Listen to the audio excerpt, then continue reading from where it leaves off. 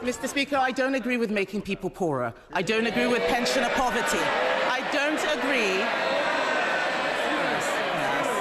What unfolded today inside Parliament wasn't merely theater. It was a masterclass in political absurdity, the kind that leaves even seasoned analysts raising their eyebrows. The latest Prime Minister's questions descended into a spectacle that, while bordering on comedic, revealed the deep dysfunction simmering beneath Westminster's polished facade. At the center of it all stood Keir Starmer, the man who postures like a statesman but delivers like a substitute headmaster fumbling through assembly. With all the gravitas of someone pretending to remember their lines, Starmer paraded yet another scripted performance, void of conviction, hollow in substance, and weighed down by contradictions he hopes no one notices. The atmosphere was tense, not because of high-stakes policy, but because everyone in the chamber knew they were watching political theater rather than leadership.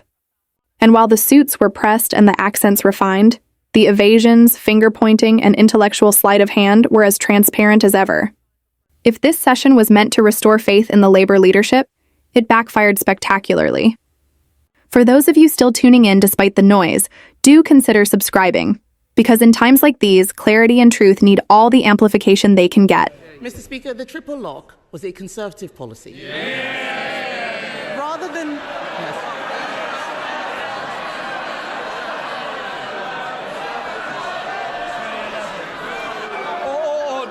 Order. I know... You was inadvertently said. Carry on, Lee. Rather than the Prime Minister congratulating himself for what we did, why don't we talk about what he's doing? Yes. From Sunday, Labour's jobs tax will mean many British businesses face a terrible choice: to cut wages, put up prices, or sack their staff. What is the Prime Minister's advice to those businesses? Well, Mr. Speaker, she says the triple lock was Conservative policy. It was once thought to be the party of sound finances, but they blew all of that. Mr. Speaker, she asked what we're doing. We're clearing up the mess that they left. We're dealing with global instability, and we recognise the pressures that are bearing down on businesses and individuals and working people. That's why we're rolling up our sleeves. And yesterday, Mr. Speaker, I was pleased to announce the national living wage increasing by £1,400. For millions of workers. We've announced £150 for the Warm Homes discount, extended now to 6 million households. That's 1 in 5 families. And wages are going up faster than prices. And never forget, the party opposite, worst living standards on record, inflation up to 11%, public services left on their knees. Kemi Badenoch. Mr. Speaker, the only mess is the one that he made with his budget. They had an emergency budget last week that fixed nothing. He says he's bringing stability. All we see is fragility. During the election, the Prime Minister also promised that he would not increase taxes on working people. But even the OBR says that the jobs tax will be passed on to workers. On average, families will be £3,500 poorer. Why should anyone trust him again? Prime Minister.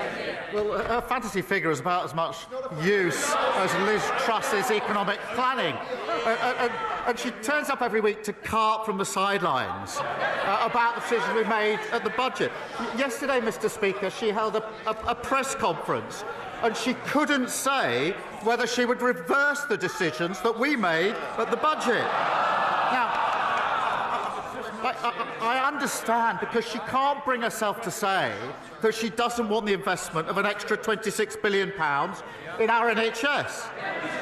I'm not surprised at that. That's 2 million extra appointments, that's 1,000 more GPs, a pay rise for nurses, etc., etc. But let me get her position right if I can follow it. She wants the extra £26 billion in the NHS, Mr. Speaker, that was paid for by the national insurance rise. She wants that. She doesn't want to reverse the national insurance rises. So she's now reduced this absurd position of voting in the budget, carping against a budget that she actually agrees with. Mr. Speaker, I don't agree with making people poorer. I don't agree with pensioner poverty. I don't agree. Out They are calling it awful April. That's because of decisions he has made, because he made promises and broke them. His promises are worthless, Mr. Speaker. Yes. People are getting poorer. Yes. Before the election, he pledged to freeze council tax. Instead, it's going up everywhere. Even in Birmingham, where there's 17,000 tons of rubbish uncollected on the streets. Does the Prime Minister regret promising the British people he would freeze their council tax when he has so obviously failed? Minister. Well, I have to ask, if she doesn't want people to be poorer, why didn't she resign when she was in government? Mr. Speaker, the last government put up council tax for 12 years in a row. She, I think, was actually Minister for Council Tax. And in the year she's been, what she do? She put it up. And even now, the Conservatives' own Local Government Association manifesto, so currently their position, page 9, we asked the government to remove the caps on council tax. So who's leading the charge? Hampshire County Council, they wanted a 15% hike, we said no. Slough Council wanted a hike, we said no. Windsor and Maidenhead was Tory, now Lib Dem. They wanted to hike and we said no. And it's no surprise that council tax is £300 cheaper under Labour councils than under Tory councils. Kemi Badenoch. Mr. Speaker, he doesn't want to talk about Birmingham, and that's because he knows the situation. So I'll say it again. 17,000 tons of rubbish on Birmingham streets. Normally, a state of emergency is called for natural disasters, not Labour ones.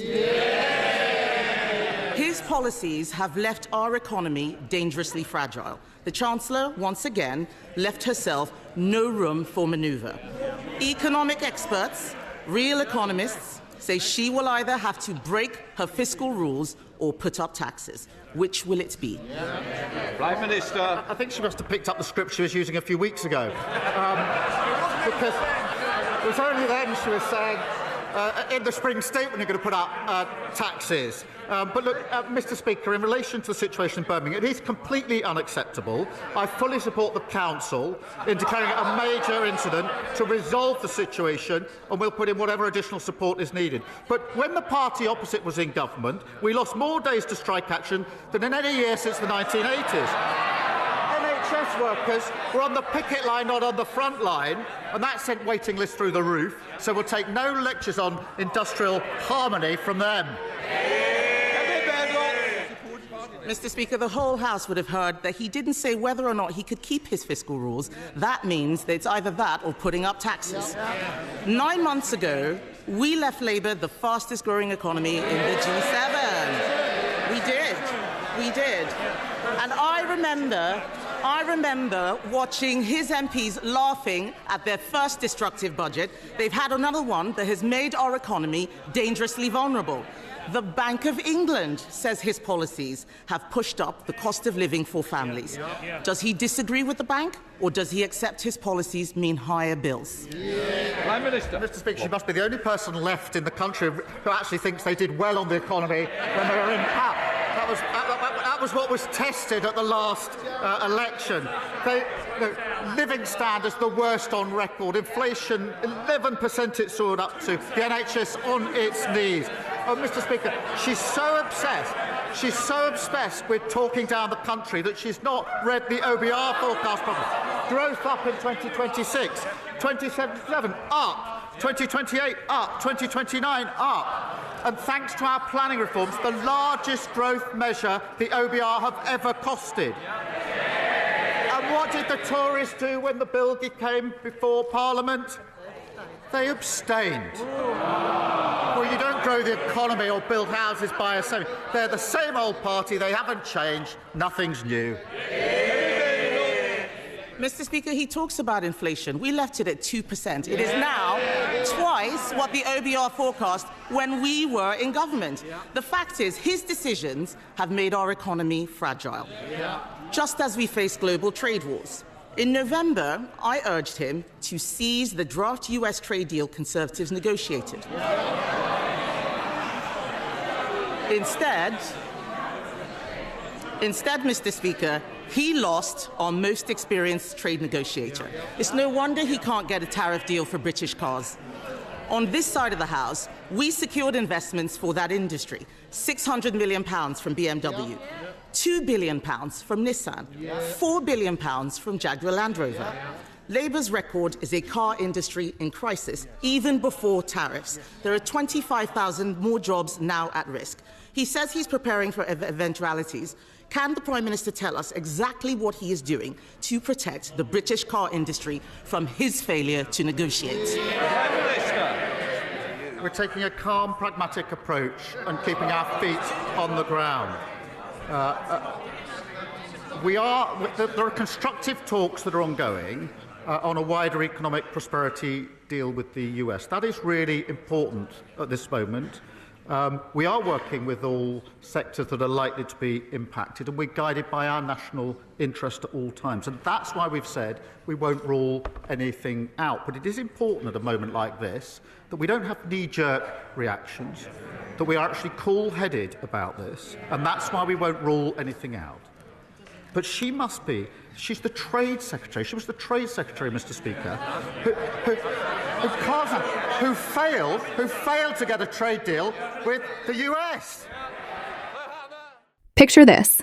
The Speaker calls the session to order, and Keir Starmer steps forward with the polish of a man rehearsed to the syllable. But what follows is less statesmanship, more performance art. He launches into a breathless endorsement of the pension triple lock, delivering it with all the sincerity of a salesman pushing an overpriced warranty, tossing out figures as if volume could mask vagueness. But Kemi Badenoch isn't buying it. With a cold, calculated strike, she reminds the chamber that Labour's own shadow chancellor once deemed the triple lock unsustainable. And just like that, the mask slips. Starmer, suddenly on the back foot, fumbles to reconcile contradictions, flinging statistics in all directions while projecting the poise of a man feigning control in the face of chaos. The exchange escalates, council tax hikes, Birmingham's waste crisis, a desperate appeal to global instability. Starmer tries to anchor the narrative with bureaucratic buzzwords and rehearsed calm, but Badenoch cuts through the noise with precision, landing rhetorical blows that leave the Labour front bench visibly rattled. Then comes the breaking point.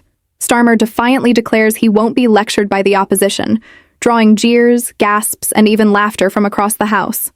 And just when the tension peaks, he delivers the most classically evasive line in British politics: "We won't rule anything out." The parliamentary equivalent of saying absolutely nothing with great conviction. It's a masterclass in political deflection, a scene so theatrical it teeters between tragicomedy and satire. And yet, this isn't fiction. It's leadership under scrutiny, policy under pressure, and a prime minister in waiting caught somewhere between control and collapse. Welcome to British politics, where the stakes are real, but sometimes it feels like everyone's auditioning for a role.